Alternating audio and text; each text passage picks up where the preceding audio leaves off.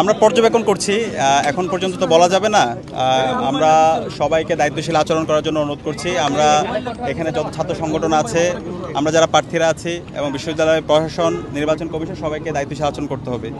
আর আমরা ভোটারদের প্রতি অনুরোধ করছি, আপনারা আসেন কেন্দ্রে, আপনাদের পছন্দের প্রার্থীকে ভোট দেন এবং সেই জায়গায় আমরা বিশ্বাস রাখি শিক্ষার্থীরা ঐক্যবদ্ধ শিক্ষার্থী জোটকে বেছে নেবে। শিক্ষার্থী বান্ধব এবং ছাত্র বান্ধব আমরা যতগুলো কাজ করেছি, আমরা ইতিমধ্যে শিক্ষার্থীদের স্বতঃস্ফূর্ত রেসপন্স দেখতে পেয়েছি। এবং এই নির্বাচন, এখানে আমরা যারা নির্বাচন করছি সবাই আমরা জুলাইয়ের একজন সহযোদ্ধা ছিলাম। তো আমরা আশা রাখছি সবাই এখানে দায়িত্বশীল আচরণ করবে। আর এই নির্বাচনের মাধ্যমে জুলাই বিজয় হবে, শহীদদের আকাঙ্ক্ষা বিজয় হবে। তো সেই জায়গায় আমরা আশা রাখছি এই নির্বাচনের মাধ্যমে আমরা বাংলাদেশের চমৎকার একটা বার্তা দিব এবং এর মাধ্যমে আমরা বাংলাদেশের একটা গণতন্ত্রের স্থায়ী রূপের দিকে আমরা যাব। সবাইকে অসংখ্য ধন্যবাদ। যেটা করছে সেও কিন্তু নিজে এখানে সকাল ধরে এখানে দাঁড়িয়ে আছে। আপনারা করছেন না, ঠিক করছেন। আমি নিজে, উনি নিজে ভোট চাচ্ছে সেটা আমি রেখে গিয়েছি আলটিমেটলি। আর আমি প্রার্থী হিসেবে সবগুলো কেন্দ্র কি আছে আমি তো এখানে আসবো, দেখবো। এখন স্টুডেন্টরা এখানে আছে, হ্যাঁ আসসালামু আলাইকুম, এটুকু তো বলা, এটুকু বিনিময় স্বাভাবিক ব্যাপার, এটা কোনো অস্বাভাবিক বিষয় না। তো আপনারা তো নিজের চোখে এটা দেখেছেন না। উনি অভিযোগ করছেন যে আপনি লিফলেট দিয়েছে আপনাদের প্রার্থীরা। হ্যাঁ, লিফলেটের যে ব্যাপারটা বলা হচ্ছে, তো আমি 2019 সালে ডাকসু নির্বাচন করেছি। তো সেখানে হচ্ছে যে আপনার হচ্ছে যে প্যানেলের যে নাম্বারগুলো, মানে ব্যালট নাম্বারগুলো, 41টা ভোটের ব্যালট নাম্বার মনে রাখাটা সত্যিকার অর্থে ডিফিকাল্ট। হয়তো বা অনেকে স্টুডেন্ট এটা না নিয়েও আসতে পারে, সেজন্য আমাদের ব্যালট নাম্বারটা শুধু এখানে রাখা হয়েছে, ছবি সহ ছিল।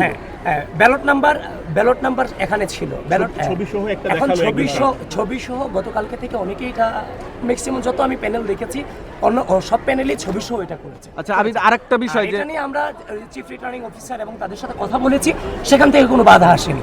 যেমন আমি উদয়নে গিয়েছি, সেখানে কোনো বাধা প্রথমে বলেছিল, পরবর্তীতে কোনো বাধা ছিল না।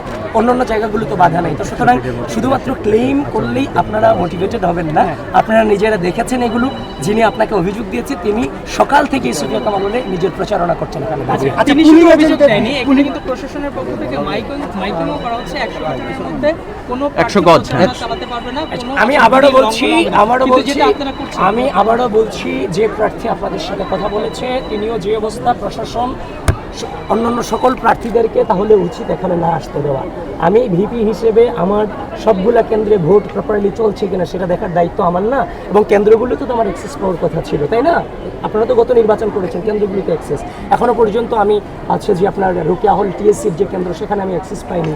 তারপর হচ্ছে যে উদয়ন যেখানে আছে সেখানেও আমরা অ্যাক্সেস পাই। কারণটা কি জানি না, তারা বলছে এখানে নিষিদ্ধ। এখন ভিপিজিএসএজিএস তারা তো আমি বারবার, এবং আমাদেরকে দেখেন আমাদের কোনো আইডি কার্ড নেই, এটা কোনো কথা নেই। সুতরাং অভিযোগ দিলে তো আমরাও তো প্রচুর পরিমাণ অভিযোগ দিতে পারি।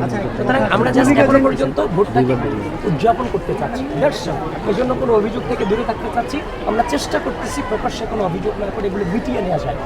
আমরা চাচ্ছি না যে রাজনৈতিক অপসংস্কৃতিগুলো আবার ফিরে আসে।